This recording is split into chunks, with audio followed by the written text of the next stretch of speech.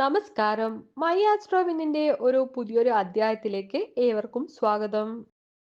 ജ്യോതിഷ ശാസ്ത്രത്തിലെ ഡിസംബർ മാസം വളരെ പ്രത്യേകമായ ഒരു മാസം തന്നെയാണ്. അപ്പൊ ഈ മാസത്തിൽ 4 പ്രധാന ഗ്രഹങ്ങളും താളമിടാതെ തന്നെ ഒന്നിനു ശേഷം ഒന്നായിട്ട് ധനുരാശിയിൽ പ്രവേശിക്കുന്നുണ്ട്. ഇത് ധനുരാശിയിലെ ശക്തമായ ചതുർഗ്രഹി യോഗമാണ് സൃഷ്ടിക്കുന്നത്. അപ്പോൾ ഈ യോഗം ഉണ്ടല്ലോ, കർമ്മ സമാപന ഘട്ടത്തിലാണ് രൂപപ്പെടുന്നത്. അതിനാൽ തന്നെ അതിൻ്റെ ഫലം കൂടുതലും ശക്തമായിട്ട് കാണാനും ഇടയാവുന്നുണ്ട്. അപ്പോൾ ആദ്യം ചൊവ്വ ഡിസംബർ 7-ന് ധനുരാശിയിൽ പ്രവേശിക്കും. പിന്നീട് ഡിസംബർ 16-ന് സൂര്യൻ, ഡിസംബർ 20-ന് ശുക്രൻ, ഒടുവിൽ ഡിസംബർ 29-ന് ബുധനാണ് പ്രവേശിക്കുന്നത്. മാസാവസാനത്തോടെ ഒരേ രാശിയിൽ 4 ഗ്രഹങ്ങളുടെ സാന്നിധ്യമാണ് കാണുന്നത്. അപ്പോൾ ഇത് ഞാൻ പറയാൻ പോകുന്ന രാശിക്കാർക്ക് പ്രത്യേക അനുഗ്രഹങ്ങളാണ് നൽകുന്നത്. ഇതിലൂടെ അവർക്ക് വലിയ നേട്ടങ്ങളൊക്കെ ലഭിക്കാനുള്ള ഒരു സാധ്യതയും ഉയർന്നു കാണുന്നുണ്ട്. ഇതിനു പുറമെ ധനുരാശിയിൽ രൂപപ്പെടുന്ന ഈ ഗ്രഹ സംയോജനങ്ങളുണ്ടല്ലോ, 2 സുപ്രധാന രാജയോഗങ്ങളാണ് സജീവമാക്കുന്നത്. അപ്പോൾ സൂര്യന്റെയും ബുധന്റെയും സംയോജനം ബുധാദിത്യ രാജയോഗമാണ് സൃഷ്ടിക്കുന്നത്.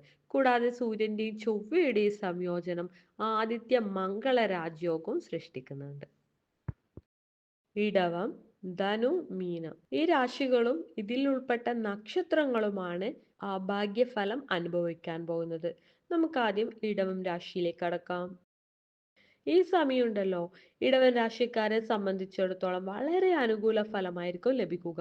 ഭാഗ്യമൊക്കെ നിങ്ങളുടെ പക്ഷത്തായിട്ട് മാറിയിരിക്കും. മുമ്പ് മുടങ്ങിക്കിടന്ന ജോലികളൊക്കെ എളുപ്പത്തിൽ പുരോഗമിക്കാനായിട്ട് തുടങ്ങും. വീട്ടിൽ സന്തോഷകരമായ അന്തരീക്ഷമൊക്കെ രൂപപ്പെടും. ശുഭകരമായ സംഭവങ്ങളൊക്കെ സംഭവിക്കാനുള്ള ഒരു സാധ്യതയും ഒക്കെ ഉയർന്നു കാണുന്നുണ്ട്. ബഹുമാനവും ആദരവും ഒക്കെ വർദ്ധിക്കും. സാമ്പത്തിക സ്ഥിതിയൊക്കെ ശക്തിപ്പെടും. വിദ്യാർത്ഥികൾക്ക് എന്താ പറയാ വിജയം ലഭിക്കാനുള്ള ഒരു അനുയോജ്യ സമയമായിട്ടൊക്കെ കാണുന്നുണ്ട്. കഠിനാധ്വാനം തുടരുന്നതിനാൽ നല്ല പ്രതിഫലങ്ങളാണ് നിങ്ങൾക്ക് ലഭിക്കാൻ പോകുന്നത്. അടുത്തത് ധനുരാശി. ചതുർഗ്രഹി യോഗം ഉണ്ടല്ലോ, ഇവ രൂപപ്പെടുന്നതിനാൽ ഈ സമയത്ത് നിങ്ങൾക്ക് പ്രത്യേക ഭാഗ്യമാണ് അനുഭവപ്പെടുന്നത്. ആത്മവിശ്വാസമൊക്കെ വർദ്ധിക്കുകയും നിങ്ങളുടെ പദ്ധതികളൊക്കെ വിജയകരമായിട്ട് പൂർത്തീകരിക്കാനായിട്ട് നിങ്ങൾക്ക് സാധിക്കും.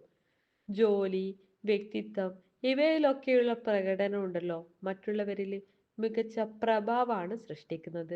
ദാമ്പത്യ ജീവിതത്തിൽ പുരോഗതിയും സന്തോഷമൊക്കെ അനുഭവപ്പെടാനുള്ള ഒരു സാധ്യതയും കാണുന്നുണ്ട്.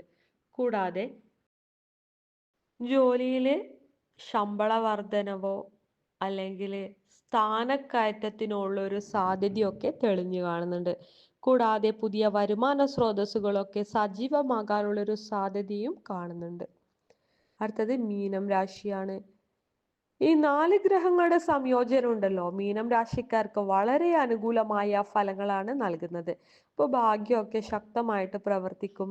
മുമ്പ് മുടങ്ങിക്കിടന്ന ജോലികളൊക്കെ പൂർത്തീകരിക്കാനായിട്ട് സാധിക്കും. തൊഴിൽ രംഗത്ത് മുന്നേറാനുള്ള ഒരു പുതിയ അവസരങ്ങളൊക്കെ നിങ്ങൾക്ക് പ്രതീക്ഷിക്കാം.